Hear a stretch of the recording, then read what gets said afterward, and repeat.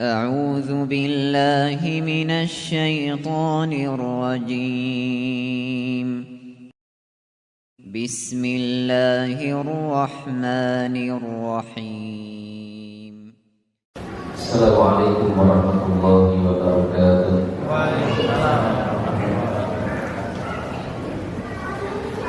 إن الحمد لله نحمده ونستعينه ونستغفره ونعوذ بالله من شرور أنفسنا ومن سيئات أعمالنا.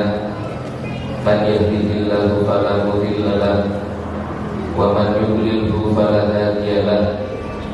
أشهد أن لا إله إلا الله وحده لا شريك له وأشهد أن محمدا عبده ورسوله لا نبي ولا رسول بعده. يقول ربنا في كتابه الكريم: أعوذ بالله من الشيطان الرجيم. يا أيها الذين آمنوا اتقوا الله حق تقاته ولا تموتن إلا وأنتم مسلمون. وقال رسول الله صلى الله عليه وسلم في حديثه الشريف: اتق الله حيثما كنت وأتبع السيئة الحسنة تمحوها وخالق الناس بخلق حسن.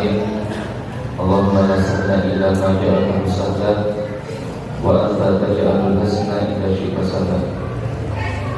Bapak dan Ibu, warisan pribadi yang semoga senantiasa dimuliakan oleh Allah Subhanahu wa Ta'ala. Syukur alhamdulillah, marilah kita panjatkan kepada Allah atas segala nikmat yang telah Allah berikan kepada kita semua. Alhamdulillah, di kesempatan pagi cerah ini Allah mengumpulkan kita semua di tempat yang insya Allah diberkahi oleh Allah, tempat berkumpulnya orang-orang soleh, tempat berkumpulnya para hafid, tempat berkumpulnya orang-orang berilmu. Apalagi acara kita pada pagi hari ini bertempat di salah satu dari rumah-rumahnya Allah, di mana Nabi Sallallahu Alaihi Wasallam menyebutnya dengan khairul baqa fil ardh, tempat yang paling mulia di muka bumi ini, yaitu masjidnya Allah. Salawat serta salam tidak lupa kita curahkan kepada teladan kita Nabiullah Muhammad Sallallahu Alaihi Wasallam. Dan semoga salawat serta salam juga tercurahkan kepada keluarga beliau, kepada para sahabat beliau, kepada umat-umat beliau yang berusaha untuk menegakkan sunnah-sunnahnya. Bapak Ibu, warisantri yang semoga senantiasa dimuliakan oleh Allah, di kesempatan yang mulia ini, kesempatan yang baik ini, sebelum kami menyampaikan beberapa maklumat, beberapa informasi, izinkan kami memperkenalkan diri terlebih dahulu. Saya yang berbicara adalah Miftahul Ulum. Hari ini Pak Bu yang Allah Ta'ala muliakan, kami diamanati menjadi Mudirul Ma'had atau pimpinan pesantren. Alhamdulillah, kurang lebih 4 tahun, jalan 5 tahun kami mendapatkan amanah menjadi mudir ma'had atau menjadi pimpinan ma'had. Kalau di perusahaan mungkin bahasa yang dipakai atau yang digunakan itu adalah direktur perusahaannya. Kalau di pesantren biasanya istilahnya mudir. Saya di pondok pesantren Tahfidzul Quran Al-Azhar ini kurang lebih sudah 6 tahun, ya, 7 tahun. Kemudian tinggalnya di lingkungan pesantren, di asrama putri, di rumah dinas yang disediakan oleh yayasan. Hari ini alhamdulillah sudah memiliki 1 orang istri dan 2 orang anak. Jadi insya Allah Bapak Ibu, jika ada keperluan dengan kami untuk bisa ketemu lebih mudah, karena domisili saya, tempat tinggal saya di lingkungan Ma'had. Bapak Ibu, para santri, semoga senantiasa dimuliakan oleh Allah. Pagi hari ini kita mengadakan satu acara dengan tema khutbah ta'aruf. Mungkin ada sebagian di antara Bapak Ibu yang belum tahu khutbah ta'aruf ini acara apa Ustaz? Baik, kalau kita melihat dari susunan katanya, khutbah itu biasanya diartikan dengan ceramah bisa, nasihat bisa, pesan-pesan juga bisa. Ta'aruf itu artinya perkenalan. Jadi khutbah ta'aruf itu adalah acara untuk mengenalkan program-program yang ada di pesantren kita. Acara untuk memberikan atau menyampaikan informasi kaitannya dengan program-program yang ada di pondok pesantren Tahfidzul Quran Al-Azhar, baik itu berkenaan dengan pembelajaran, berkenaan dengan asatidahnya atau sivitas ma'had, ataupun berkenaan dengan bagian-bagian yang mengurusi kegiatan santri. Dan ini perlu untuk kita sampaikan. Kenapa? Karena kalau Bapak Ibu wali santri menyekolahkan dan memondokkan anaknya di sini, tapi tidak mengetahui apa yang nanti akan diajarkan ke Ananda, apa yang nanti diberikan kepada Ananda, khawatirnya nanti tidak sinkron antara keinginan dan tujuan pesantren dengan tujuan orang tua. Makanya nanti insya Allah akan dijelaskan dari bagian madrasah atau kesekolahan. Di sini Ananda itu akan diajari apa? Nanti dari bagian tahfidz juga nanti insya Allah akan menyampaikan selama kurang lebih 3 tahun Ananda di SMP IT Bina Insani, target belajarnya itu atau target hafalannya itu berapa juz. Insya Allah nanti akan disampaikan. Kemudian insya Allah nanti juga akan kami sampaikan, kami jelaskan beberapa sivitas ma'had yang sekiranya perlu untuk diketahui. Kenapa ini perlu kita sampaikan? Karena terkadang ada wali santri yang pengen ketemu dengan kepala sekolah tapi tidak tahu kepala sekolahnya siapa. Terkadang ada wali santri pengen ketemu dengan kepala pesantren tapi tidak tahu kepala pesantrennya siapa. Atau wali santri pengen ketemu dengan bagian kurikulum tapi tidak tahu bagian kurikulumnya siapa. Insya Allah nanti kita akan jelaskan di forum khutbah ta'aruf pagi hari ini. Bapak Ibu jemaah sekalian, para wali santri yang dimuliakan oleh Allah, sekali lagi pondok pesantren kita ini berada di bawah yayasan Azhar Taman terus, dan selama ini ada beberapa bagian yang mengurusi kegiatan santri. Meskipun kalau kita jabarkan bagian-bagian yang ada di dalam pondok itu cukup banyak, tapi secara umum yang mengurusi kegiatan santri, mulai dari santri bangun tidur sampai nanti santri akan tidur kembali, itu ada 3 bagian. Yang pertama adalah bagian kesantrian, atau mungkin sebagai pondok menyebutnya bagian pengasuhan. Nah, bagian kesantrian ini dikepalai atau dipimpin oleh Ustaz Abi Munawar. Beliau ada di samping kiri saya.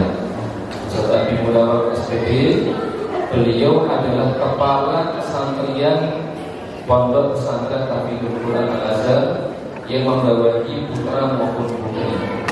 Kemudian di bawah beliau spesifik yang mengurusi keasramaan, yaitu Ustaz Soleh dengan wakilnya Ustaz Bayu.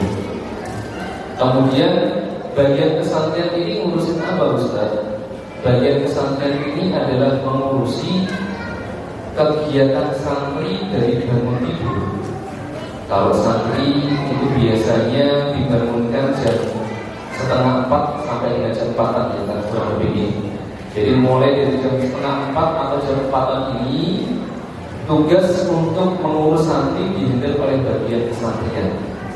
Sampai kapan Ustaz? Sampai santri nanti persiapan untuk berangkat ke sekolah, sampai dengan kurang lebih jam 7 pagi. Kemudian setelah itu santri belajar di kelas sampai dengan jam 2 siang. Nanti setelah jam 2 siang sampai dengan santri akan tidur kembali, itu kegiatannya juga diurus atau dipimpin oleh Ustaz Abi, ya, mulai dari kegiatan sore harinya, kemudian kegiatan ba'da isya'nya. Nanti di sini ada banyak kegiatan-kegiatan ya Pak Bu, selain kegiatan di sekolah nih. Misalkan santri nanti ada kegiatan ilqaq mufradat, pemberian kosakata bahasa Arab. Kemudian ada kegiatan latihan khitabah, latihan pidato, latihan ceramah. Kemudian kegiatan-kegiatan yang lain nanti Ustaz Abi insyaallah akan menjelaskan. Ini bagian kesantrian. Kemudian ada bagian madrasah atau bagian sekolah, dipimpin oleh kepala sekolah, ada Ustaz Arif Prihandoko MPD. Ustaz Arif Prihandoko MPD, beliau kepala sekolah baru menggantikan kepala sekolah sebelumnya yang dipimpin oleh Ustaz Yusuf Maulana. Nah, bagian kesekolahan atau madrasah ini biasanya mengurusi kegiatan santri selama di kelas atau di sekolah, kegiatan pembelajaran, kegiatan perwalian, kegiatan ekstrakurikuler, kegiatan ujian dan sebagainya, itu dipimpin oleh Ustaz Arif Prihandoko. Jadi nanti Bapak Ibu jika ada keperluan yang berkaitan dengan kesantrian, berarti datangnya ke Ustaz Abi. Kalau ada keperluan atau urusan yang berkaitan dengan kesekolahan atau madrasah, datangnya ke Ustaz Arif Prihandoko. Kemudian selain kedua bagian ini di pesantren, ada bagian khusus yang menjadi salah satu program unggulan pesantren kita, yaitu bagian tahfidzul Quran. Ada Ustaz Derajat Priyanka Al-Hafidz, beliau kita amanahi menjadi koordinator atau kepala tahfidz khusus di Ikhwan. Untuk akhwatnya, kepala tahfidznya adalah Ustazah Hasna, ya. Nah, ini bagian yang mengurusi program unggulan tahfidz, dan insya Allah kurang lebih setiap hari Pak Bu yang Allah Ta'ala muliakan, program tahfidz ini cukup banyak. Sehari bahkan bisa 3 kali pertemuan. Nanti insya Allah akan dijelaskan oleh Ustaz Derajat pada subuh, setelah santri mengerjakan sholat subuh, kemudian ada waktu duha, tahfidz waktu duha, kemudian ada kegiatan tahfidz dari ba'da maghrib sampai kurang lebih jam 7.45. Insya Allah nanti pemaparan lebih rinci akan disampaikan oleh beliau.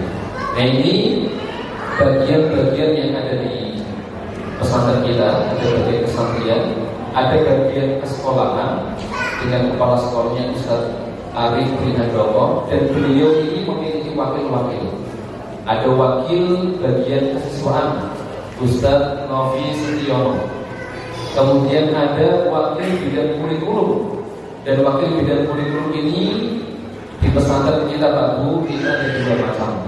Yang pertama ada wakil kepala sekolah bidang kurikulum dinas, yang kedua ada wakil kepala sekolah bidang kurikulum dinia.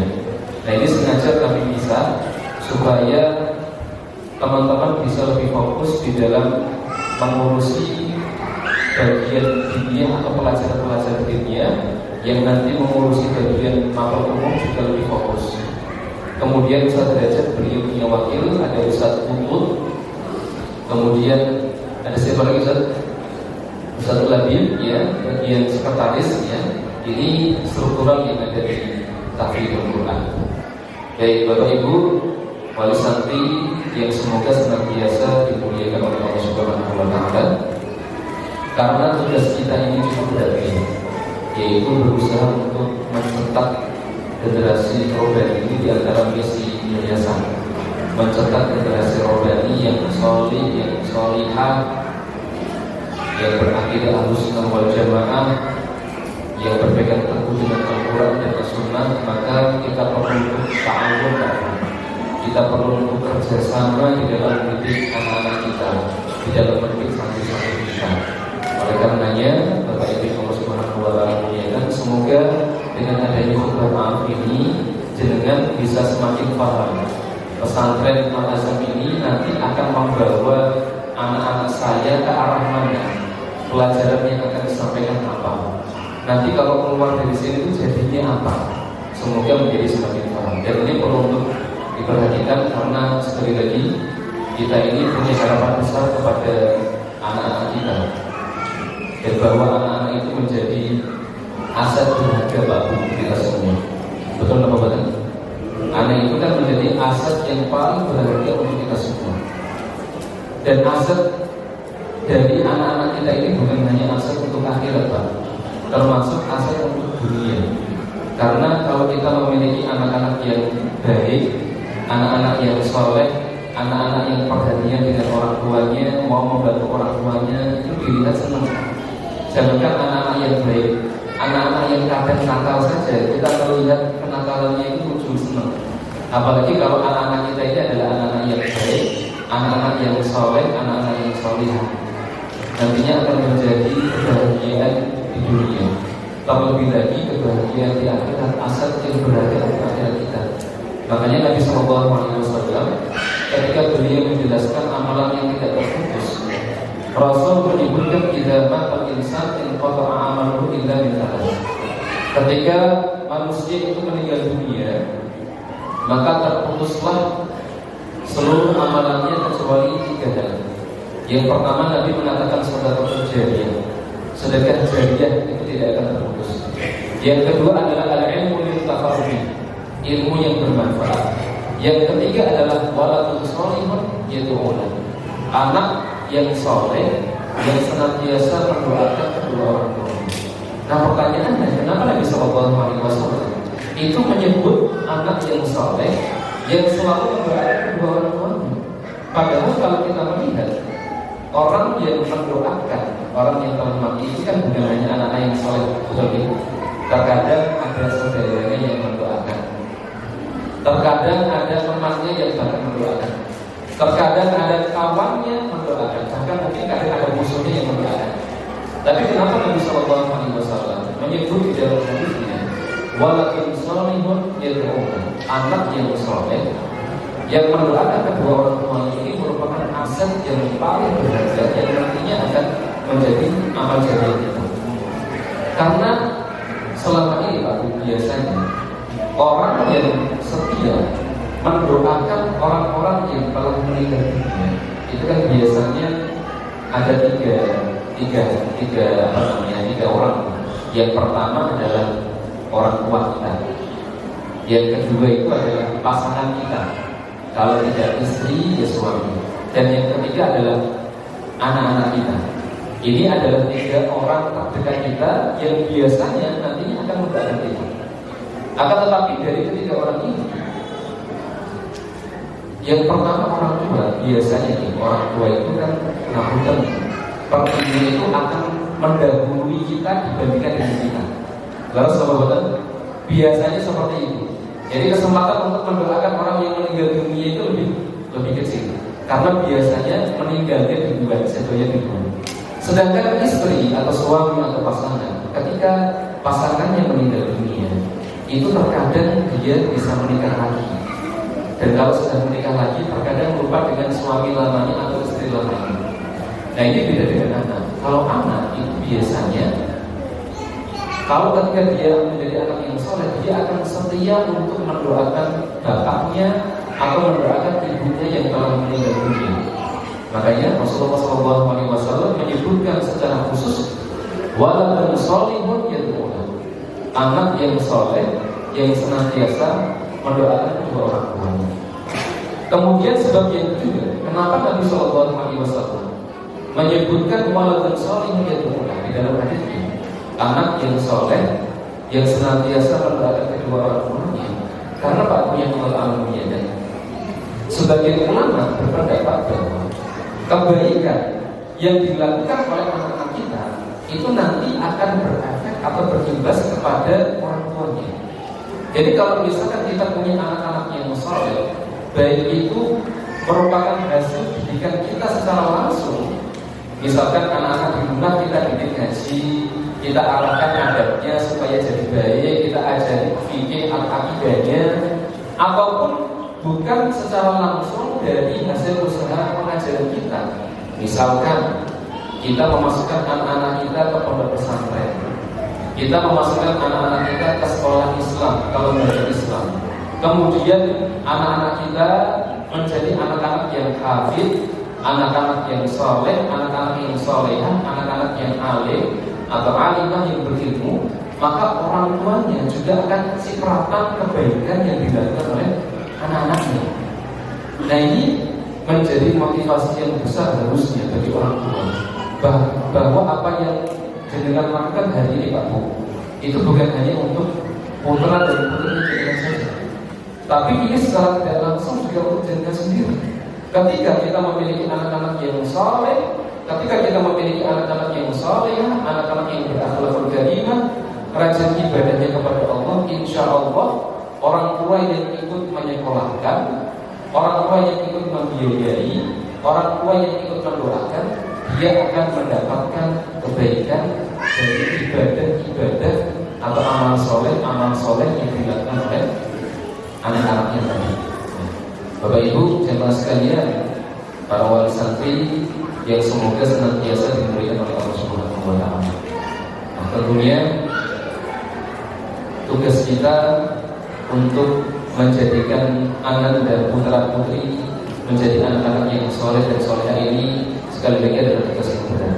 Butuh yang namanya pengorbanan, baik itu pengorbanan waktu, pengorbanan harta, atau bahkan pengorbanan perasaan. Kenapa harus berkorban perasaan?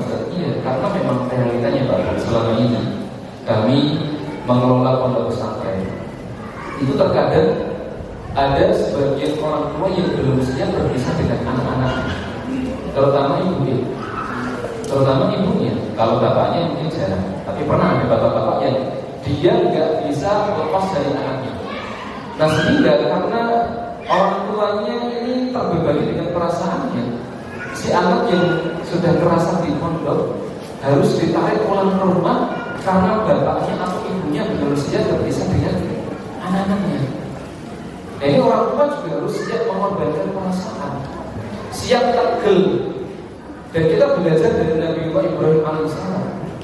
Ketika Nabi Ibrahim alaihissalam diperintahkan oleh Allah Subhanahu wa taala untuk datang ke Makkah al-Mukarramah, bumi yang waktu itu masih tandus Pak Bu, tidak ada mata airnya. Nabi Ibrahim dengan istrinya Ibunda Hajar, dengan anaknya yang masih kecil yaitu Nabi Ismail alaihissalam, datang ke Mekah. Ketika sampai di Mekah, ternyata Allah Subhanahu wa taala memerintahkan kepada Nabi Ibrahim untuk meninggalkan anaknya di tempat yang tandus, tidak ada satu orang pun, tidak ada mata air, dan tidak jelas nanti istrinya dan anaknya nanti akan makan apa. Coba bayangkan, Nabiullah Ibrahim diperintahkan oleh Allah untuk mengerjakan hal seperti itu. Tapi karena ini merupakan bagian dari perintah Allah, Nabi Ibrahim kerjakan, dan beliau tinggalkan istrinya, beliau tinggalkan anaknya. Ketika Nabi Ibrahim alaihissalam beliau hendak meninggalkan anaknya, meninggalkan istrinya, maka istrinya itu heran. Istrinya kaget, kemudian bertanya kepada Nabiullah Ibrahim alaihissalam. Istrinya Ibunda Hajar berkata kepada Ibrahim, "Wahai Ibrahim, kepada siapa kamu meninggalkan kami berdua?" Ternyata Nabi Ibrahim alaihissalam berdua diam, tidak ada satu kata pun yang keluar, dan beliau tidak mau nolak. Istrinya tanya lagi, "Wahai Ibrahim, kepada siapa Anda meninggalkan kami berdua?" Nabi Ibrahim tidak nolak. Kemudian yang ketiga, istrinya kemudian mengatakan, "Allahu amaraka bihadza." Wahai Ibrahim, apakah Allah yang telah memerintahkanmu untuk melakukan hal seperti ini? Maka kemudian Nabi Ibrahim mengatakan, "Oh, Nabi, ini adalah perintah Allah Subhanahu wa taala." Faqala, kemudian Ibnu Hajar mengatakan, "Idzan lam yudhi'an." Kalau seperti itu berarti Allah pasti tidak akan pernah menyia-nyiakan kamu. Allah pasti tidak akan pernah menyia-nyiakan kamu. Kemudian Nabi Ibrahim alaihissalam membaca di dalam Qur'annya tadi ayat yang dibaca oleh Ananda tadi, ya, membaca ayat Allah Rabbana inni askantu min dzurriyyati biwadin ghairi dzi zar'in 'inda baitikal muharram. Nabi Ibrahim berdoa kepada Allah, "Ya Allah, sesungguhnya aku telah menempatkan sebagian keturunanku di lembah yang tandus, di lembah yang kering, yang tidak ada tanamannya, inda baitikal muharram, di sisi rumah engkau, Baitullah yang terhormat atau yang mulia. Dan Ibrahim alaihissalam, beliau tetap takut dengan perintah Allah Subhanahu wa Ta'ala. Coba Pak B mengumpulkan, kalau seandainya Nabi Ibrahim oleh Pak, kemudian melihat istrinya dan anaknya itu sendirian, kira-kira balik ya? Bisa jadi Nabi Ibrahim akan balik. Gak tegel karena melihat anaknya, istrinya sendirian, gak ada minuman yang nanti akan diminum, makanan juga gak jelas di tengah padang tandus. Kalau seandainya Nabi Ibrahim gak tegel, melihat istrinya melengos, kemudian melihat istrinya kasihan, bisa jadi Nabi Ibrahim akan berani. Nah itulah menjadi nasihat untuk orang tua. Kan kita punya Allah Ta'ala memberikan. Kalau jenengan nanti pamitan sama orang, pamitannya gak perlu sesuai, jangan lama-lama. Ya, kenapa? Karena semakin lama jenengan itu berdua dengan anak, ya, apalagi anaknya sedang nangis, ya sudah nanti semakin gak tegel. Apalagi ibu-ibu yang melihat anaknya nangis lainnya, nangis teriak-teriak misalkan, tidak tegel, bisa jadi nanti malah dibawa pulang lagi ya lagi. Seperti itu. Bismillah, kalau ini merupakan kebaikan, karena anak-anak jenengan itu menuntut ilmu syar'i, insya Allah ini bagian dari kebaikan yang Allah Ta'ala perintahkan. Bismillah, dengan niat karena Allah Subhanahu wa Ta'ala tinggalkan. Insya Allah putra dan putrinya jenengan di pondok pesantren diurusi, makannya sudah diurusi insya Allah. Di kamarnya bahkan ada muslim, ada muslimahnya yang menjaga. Ada ustaz-ustaz yang nanti insya Allah akan mengarahkan. Sholatnya juga akan dijamin. Jenengan itu Bapak Ibu yang telah memuliakan, alhamdulillah diberikan kesempatan untuk memandukan putra dan putrinya di pesantren. Kenapa? Karena ini sangat meringankan tugas orang tua. Kalau Bapak Ibu misalnya di rumah nyuruh anaknya, nyuruh putrinya untuk sholat di masjid, susah lama betul Pak? Susah lama betul Bu? Susah. Jenengan di rumah tinggal santai saja, didoakan saja. Insya Allah sudah ada ustaz yang mengarahkan Anda, putra dan putri jenengan untuk menuju ke masjid sholat, menuju ke musola sholat. Kalau Anda di rumah, Bapak Ibu misahkan anak dari gadget, susah atau mudah Pak? Susahnya luar biasa. Sekarang jenengan tidak perlu mikir bagaimana cara memisahkan anak dari gadget, karena di pesantren tidak ada gadget. Dengan tenang, insya Allah anak-anak yang biasanya seharian pergi, seharian nonton drama Korea misalkan, seharian nonton film, insya Allah di sini aman. Bahkan setiap harinya kegiatan-kegiatannya insya Allah kegiatan yang baik, menghafal Quran, belajar ilmu syar'i, dan insya Allah juga akan diajari keterampilan dan sebagainya. Jadi harus berani mengorbankan perasaan. Yang kedua, Bapak Ibu juga harus berani mengorbankan harta. Ya. Kenapa ini perlu kita sampaikan? Karena mungkin ada sebagian di antara kaum muslimin, sebagian di antara orang tua yang seperti itu, kalau belajar di pondok pesantren, dia itu gratis.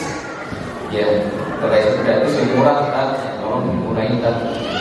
Padahal Bapak Ibu jemaah sekalian yang Allah Subhanahu wa Ta'ala muliakan, kalau kita melihat perkataan atau akwal yang disampaikan oleh para ulama itu telah menyampaikan di dalam banyak nasihatnya bahwa seseorang ketika belajar menuntut ilmu syar'i itu butuh yang namanya modal, butuh yang namanya menyiapkan harta. Jangankan belajar ilmu syar'i, belajar ilmu dunia saja, belajar ilmu itu juga butuh modal.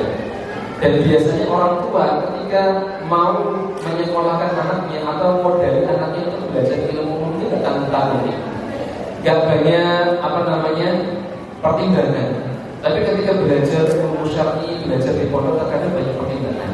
Padahal sekali lagi banyak di antara para ulama yang mengatakan belajar ilmu, khususnya ilmu syar'i itu ya siap untuk mengeluarkan biaya. Makanya Syubah mengatakan man talabal hadits faqad aflas. Barang siapa yang dia belajar hadis atau belajar ilmu syar'i, maka dia siap untuk bangkrut, bahkan kata beliau. Dia siap untuk merugi, dia siap untuk mengeluarkan harta. Imam Malik rahimahullah ta'ala, beliau adalah imam Darul Hijrah, salah satu di antara imam madhab yang hari ini perkataannya banyak diambil oleh kaum muslimin.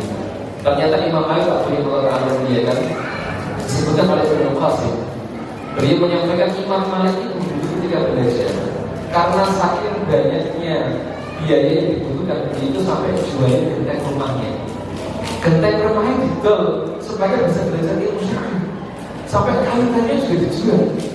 Ya, jadi beliau ingin memberikan satu keteladanan atau contoh bahwa belajar ilmu agama itu ya jangan tanggung-tanggung, jangan pelit-pelit seperti itu. Tapi insya Allah dari pesantren berusaha untuk menetapkan biaya pendidikan atau SPP ya sestandar mungkin lah seperti itu.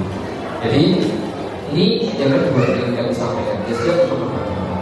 Kemudian siap untuk berkorban waktu. Maksudnya siap untuk berkorban waktu atau saja siap untuk meluangkan waktu mendoakan ananda. Siap untuk meluangkan waktu jika ada kegiatan pengajian wali santri, datang ke pesantren. Ketika datang ke pesantren, nanti barangkali bisa ketemu dengan anaknya, memberikan nasihat kepada putra putrinya. Siap meluangkan waktu kalau seandainya nanti dari pesantren butuh dengan Pak Bu untuk konsultasi, untuk diskusi, untuk komunikasi dan sebagainya. Ya. Ini diantara hal-hal yang perlu diperhatikan oleh orang tua, bapak ibu, ketika menginginkan atau mengharapkan anaknya menjadi anak yang soleh, solehah, maka siap untuk berkorban. Baik itu berkorban waktu, berkorban biaya, ataupun berkorban perasaan. Dan Bapak Ibu yang Allah Subhanahu wa Ta'ala muliakan, kami juga ingin menyampaikan bahwa ketika jenengan memondokkan putra dan putrinya pesantren kami, ini bukan berarti tanggung jawab untuk belajar itu lepas tangan, tidak. Orang tua termasuk orang tua tetap menjadi pihak yang paling bertanggung jawab atas pendidikan putra dan putrinya. Jadi kami ini sifatnya hanya membantu. Orang tua juga kami harapkan punya peran aktif. Ya, misalkan nanti bisa menanyakan bagaimana kabar Anda, atau mungkin bisa mendoakan. Karena memang Rasulullah SAW beliau menyebutkan di dalam hadisnya, kullu mauludin yuladu 'ala al-fitr. Setiap anak yang dilahirkan ke muka bumi ini terlahir dalam keadaan fitrah. Rasul kemudian menyampaikan soal bahwa yuhawidanihi aw yunasironihi aw yumajisanihi. Bapaknya lah yang membuat anak ini menjadi orang Yahudi, menjadi orang Nasrani, atau menjadi orang Majusi. Di sini Nabi tidak menyampaikan gurunya lah atau ustadznya lah yang nanti akan menjadikan anak ini menjadi anak yang Yahudi, Nasrani, atau Majusi. Jadi di sini kemudian para ulama menyampaikan bahwa orang tua itu tanggung jawabnya sangatlah besar. Meskipun sudah memondokkan anaknya ke pesantren, tetap punya tanggung jawab untuk mengontrol, mengamati, ya, membantu mendoakan, ya, untuk ananda supaya ananda ini menjadi anak yang soleh dan solehah. Terakhir yang kami sampaikan kepada Bapak Ibu yang Allah Subhanahu wa Ta'ala muliakan, ya. Ini kami sampaikan beberapa hal yang mungkin bisa dilakukan oleh orang tua, ya, terkait dengan ketika jenengan memondokkan anak di sini, ya, supaya bisa saling ta'awun, tolong menolong. Ya, kami selaku pihak pesantren yang terjun langsung untuk mengurusi ananda, Bapak Ibu yang mungkin posisinya di rumah, ya, juga kami berharap untuk pertama berusaha untuk tetap mendoakan, ya, tetap mendoakan anak-anaknya. Kenapa? Karena salah satu di antara doa yang mustajab. Karena Nabi Sallallahu Alaihi Wasallam adalah awat mustajabat. Ada 3 doa yang mustajabat. La syakka fihinna, maka tidak ada keraguan di dalamnya. Salah satunya adalah da'watul walid ala waladihi, doa orang tua kepada anak-anaknya. Dan dengan itu sudah punya satu keistimewaan yang Allah Ta'ala berikan, punya doa yang mustajab. Maka keistimewaan ini tolong dimanfaatkan sebaik mungkin untuk mendoakan supaya anak kita belajar di sini itu diberikan kemudahan, mudah di dalam menghafalkan Al-Quran, mudah di dalam memahami ilmu-ilmu yang nanti akan diajarkan di kelas, mudah di dalam menjadi anak-anak yang berakhlakul karimah, memiliki akhlak yang baik. Dan para nabi bahkan meskipun mereka adalah orang-orang yang luar biasa soleh, mereka doanya tidak putus Pak. Coba bayangkan, nabi saja yang dijamin masuk surga masih menyempatkan untuk berdoa kepada Allah supaya diberikan anak-anak yang soleh. Nah, kita yang bukan seorang nabi, yang belum tentu masuk ke dalam surga, ulama juga bukan, ahli ibadah juga bukan, harusnya lebih sering, harusnya lebih semangat untuk mendoakan supaya anak-anak kita itu menjadi anak-anak yang soleh, anak-anak yang baik. Nabi Ibrahim alaihissalam yang disebut dengan Khalilullah, kekasihnya Allah, itu saja minta sama Allah, Rabbi habli minas solihin, Rabbi habli minas solihin. Ya Rabb, ya Allah, anugerahkanlah kepadaku anak-anak yang soleh. Itu sekelas Nabi Ibrahim. Kemudian Nabi Zakaria juga sama, beliau berdoa kepada Allah, Rabbi habli min ladunka dzurriyyatan thayyibah innaka sami'ud du'a. Kata beliau, ya Allah, berikanlah aku di sisi Engkau seorang anak yang baik, anak yang saleh. Sesungguhnya Engkau adalah zat yang mendengar doa. Maka sekali lagi berdoa kepada Allah, selipkan di dalam sholatnya jenengan, sholat malamnya jenengan, ibadahnya jenengan. Kemudian yang kedua, Pak Allah Ta'ala muliakan, ini juga sangat penting. Ini juga sangat penting, yaitu Bapak Ibu atau orang tua berusaha untuk mensalihkan dan mensalihkan diri dulu.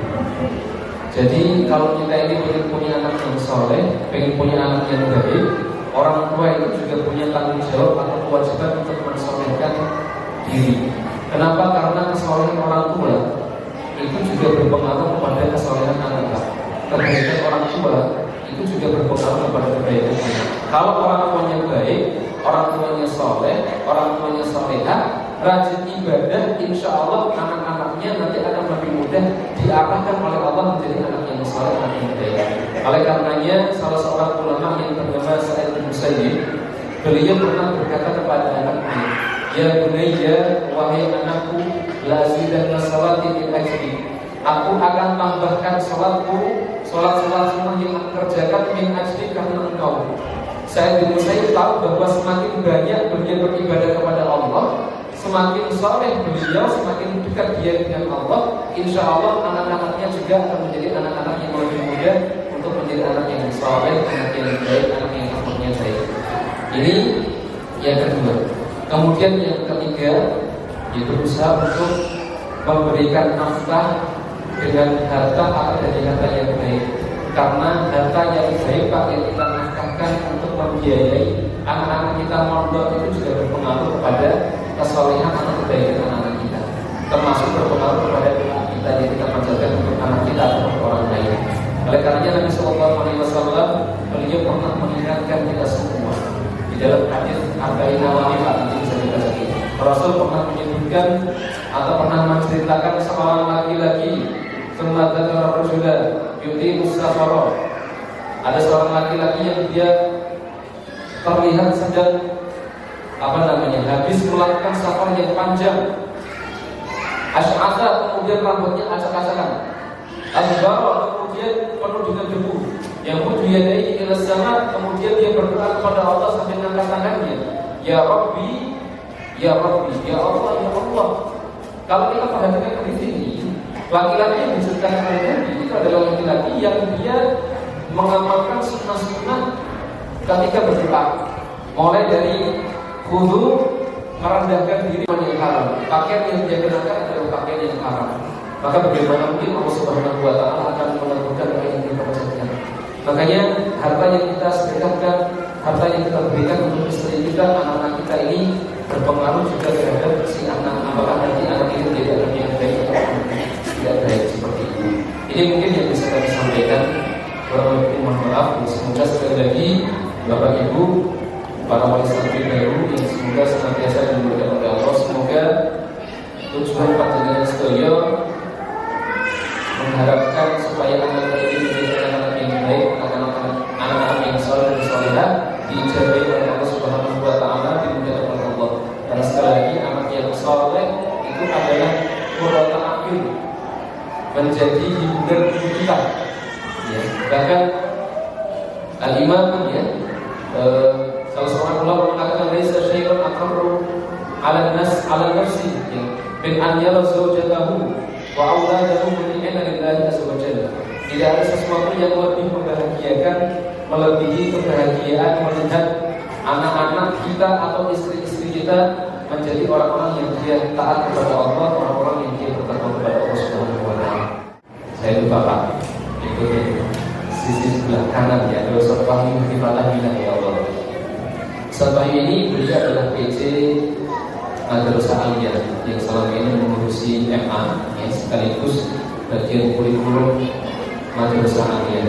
Jadi insya Allah Bapak Ibu yang Anda beberapa mungkinnya melanjutkan tingkat Al-Azhar untuk urusan-urusan yang berkaitan dengan MA nanti bertemu dengan Ustaz Fahmi dari Farhizan. Ada Bapak Ta'ala Iswab. Mungkin ini yang bisa kami sampaikan. Maaf, saya kembalikan kepada Habis Ustaz. Barakallahu fiikum. Assalamualaikum warahmatullahi wabarakatuh.